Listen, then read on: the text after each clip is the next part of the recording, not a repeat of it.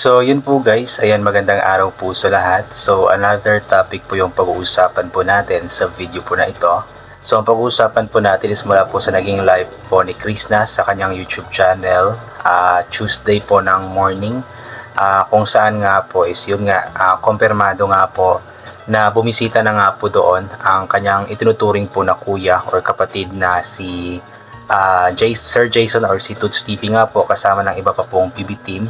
And yun nga po, yung pasalubong nga po ni Sir Toots sa kanya na tumbler ay naibigay na nga daw po ito sa kanya. So maliban nga po sa tumbler, I believe yung ibinigay po ni Sir Toots sa kanya is yung lavender, or lavender ba to? Na may nakalagay po na Krishna. Maliban nga po doon is meron pa pong isang tumbler na purple na nakalagay naman po is Peking Koreana. So hindi na po alam or hindi na po sinabi ni Krishna kung kanino po ito galing. Pero ang nakakatuwa lamang po dito kasi nga po, tinupad nga po ni Sir Toots po yung pangako po niya na bibisitahin nga po niya ang kanyang itinuturing nga po na kapatid na si Krishna. Although wala pong picture, wala pong vlog kasi nga po sabi ni Sir Toots na ang kanyang pagbisita po is genuine po ito, bilang isang kapatid, bilang kaibigan po ni Krishna. Hindi for views, so iniwasan po nila na magkaroon ng vlog or picture nga po sa pagbisita nga po nila doon, which is na maganda po yun kasi kumbaga sa pamamagitan po doon is mas maprotektahan nga po ni Sir Toots nga po si Krishna, kasi alam naman po natin na nakaabang lamang po dyan yung mga taong walang magawa sa buhay kundi ang mag-comment ng mga panakit laban kay Krishna or laban sa kanino man, di ba? So iniwasan po nila iyon, kaya yun nga, wala pong picture, walang vlog, which is para sa atin is, or para sa akin is mabuti na po iyon. For the protection nga po ni Krishna, since alam naman po natin na sa ngayon po talaga is medyo stress po talaga si Krishna, especially na may dinadanas nga po siyang karamdaman po ngayon dahil nga po sa kanyang sakit na ulcer. So okay na po din po yun. Ang importante naman doon is yun nga, nabisita nga po ni Sir Toots si Krishna, at alam ko na para kay Krishna ay sobrang napakasaya po niya, sobrang grateful po niya kasi nga po ay muli po niya nakita ang tao po na naging kakampi po niya sa lahat ng mga bagay na nangyari nga po sa kanya. And also maliban kay Sir Toots nga po is kasama din po ni Sir Toots daw ang iba pa pong PB team, which is maganda din po yun. Patunay lamang po yun na maayos po ang kanilang pagsasama sa team, di ba? And kaya nga po ibinigay daw po ni Sir Toots po itong tumbler kay Krishna. Ito ay paraan daw po ni Sir Toots para matulungan si Krishna at maalala po lagi ni Krishna na uminom po ng tubig, kasi nga po di ba nabanggit po ni Krishna na hindi daw po siya mahilig uminom ng tubig. So since meron po siyang napakagandang tumbler na mula po sa taong nagmamahal at sumusuporta po sa kanya, ay panigurado po tayo na maalala po lagi ni Krishna na uminom po ng tubig dahil nga po sa tumbler po na ito. So hoping na mangyari nga po iyon, kasi alam naman po natin na malaking bagay po para sa katawan ng isang tao, especially sa may sakit na katulad nga po ni Krishna, ang uminom nga po palagi ng tubig. Kumbaga water therapy ba? Sa lahat po ng mga karamdaman po natin sa katawan, although may mga gamot po ito, specific na gamot, pero malaki po ang maitutulong para mas mabilis po ang pagka-recover ng katawan, mas mabilis pong gumaling mula sa sakit kapag laging umiinom nga po ng tubig, di ba? So sabi nga po nila na at least 7 to 9 glasses a day daw po na tubig. So hoping na yun nga, makakatulong ito kay Krishna para mas mabilis po ang kanyang paggaling. And also nagpasalamat po tayo kay Sir Toots at sa isa pa po na nagbigay nga po ng tumbler kay Krishna, kasi yun nga, sobra po niyang na-appreciate po talaga. Sabi nga po niya na sobrang nagandahan daw po talaga siya sa tumbler, mga tumblers po na ito. So hindi po ito basta-basta na tumbler, kasi personalized na tumbler, di ba? May nakalagay na Peking Koreana, may nakalagay na Krishna. So talagang napaka special, kasi nga po pinalagyan pa ng pangalan para lang talaga kay Krishna. Kaya maraming salamat po Sir Toots TV, sa isa pa po na nagbigay po ng tumbler ni Krishna na hindi na po nabanggit kung sino. So maraming salamat po sa inyo. I'm sure na malaking tulong po ito kay Krishna. And alam ko din po na kahit papaano is na-absent po konti yung stress na nararamdaman nga po ni Krishna, kasi nga po sa genuine po na pagbisita ng mga kasamahan nga po niya, especially ng kanyang kuya Toots or Kuya Jason nga po. Alam ko na sa pagkikita po nila, although walang video, walang picture, pero alam ko na kumbaga nabahagian ni Sir Jason si Krishna ng kanyang pag-iisip, kumbaga mga payo po ni Sir Jason, personal na payo ni Sir Jason kay Krishna na alam kong makakatulong para kay Krishna sa kanyang araw-araw na buhay, especially sa pagaling po niya sa kanyang kasalukuyan nga po na sakit.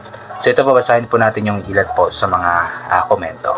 Mula kay Maria Teresa Apolinar, "Good morning Krishna, hope you feel better, na ang ganda ng mga damit na padala sa iyo at yung bigay ng Sir Toots, ganda dalhin mo lagi kapag aalis ka para lagi kang inom tubig. Ingat kayo lagi, God bless you."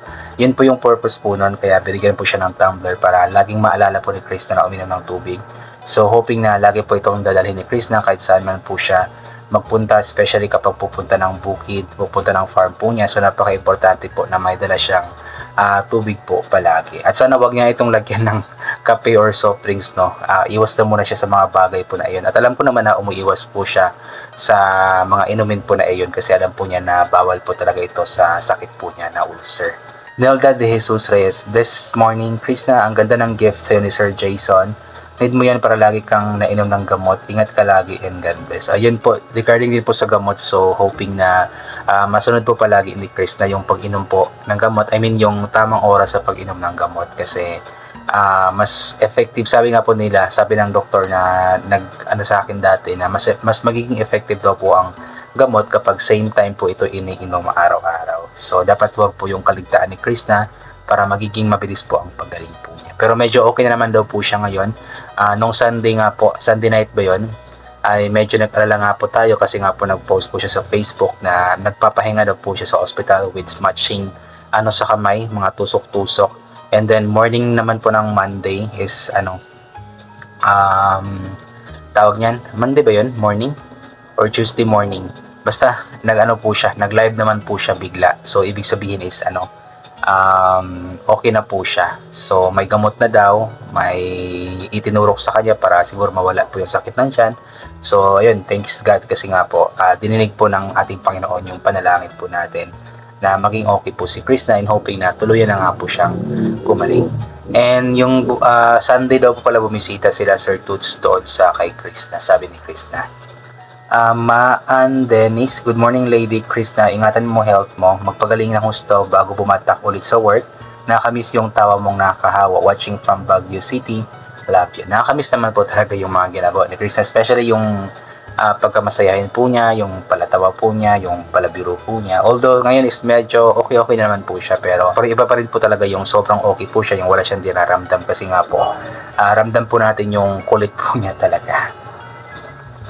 MJ Live Max, "Dagat salamat Toots TV, tinupad mong dadalawin mo kinakapatid mo. God bless din sa iyo, more blessings to come. Salamat ng marami sa inyo." Tama po, talagang tinupad po ni Sir Toots yung pangako po niya kasi since andun pa siya sa Mindoro, is lagi na nga po niyang sinasabi na bibisitahin nga po niya, dadalawin nga po niya ang kanyang kapatid na si Krishna, at talagang natupad na po talaga yun. At para sa atin ay sobra po tayong natutuwa dahil po doon. Rowena Reyes, "Maganda yung bigay sa'yo ni Sir Toots, napanood ko sa vlog niya. Pagaling ka Krishna, laban lang. Yan yung mga bigay sa inyong lahat ng PB team na package." Ayan. So, di ba? Napakaganda naman po talaga nung ibigay po ni Sir Toots sa kanya kasi naka-personalize pa po ito. May nakalagay pa na pangalan. And I believe si Sir Toots meron din po siyang sa kanya. Parang kulay green po yata yun. Melinda Makaalay, "Mr. Beget Wilson and follow the doctor's advice. Don't skip your breakfast and your medicine. Ikaw ang inaasahan ng family at maraming nagmamahal sa iyo." Opo, sobrang dami po na nagmamahal kay Krishna. Kaya sobrang dami nga po na nag-alala dahil nga po sa pagkakasakit nga po niya. Kaya ipag-pray po natin siya always para mas mabilis po ang kanyang pagaling. Rogelita Clark, "Mayong buntag Inday Krishna, praise the Lord at nakalabas ka na. Ingat ka lagi at huwag muna magtrabaho ng mabigat at huwag mag-skip ng breakfast or huwag magpalipas ng gutom." Yun nga, akala po natin na na-confine or na-admit po si Krishna. So that time po pala na nasa hospital po siya, is nagpa-check up lang pala siya. Then tinurukan po siguro siya ng gamot para mawala po yung sakit ng tiyan kasi masakit po talaga ang tiyan niya that time. Then yun nga, nakauwi rin naman sila kaagad that night at binigyan or naresetahan lamang po siya ng gamot.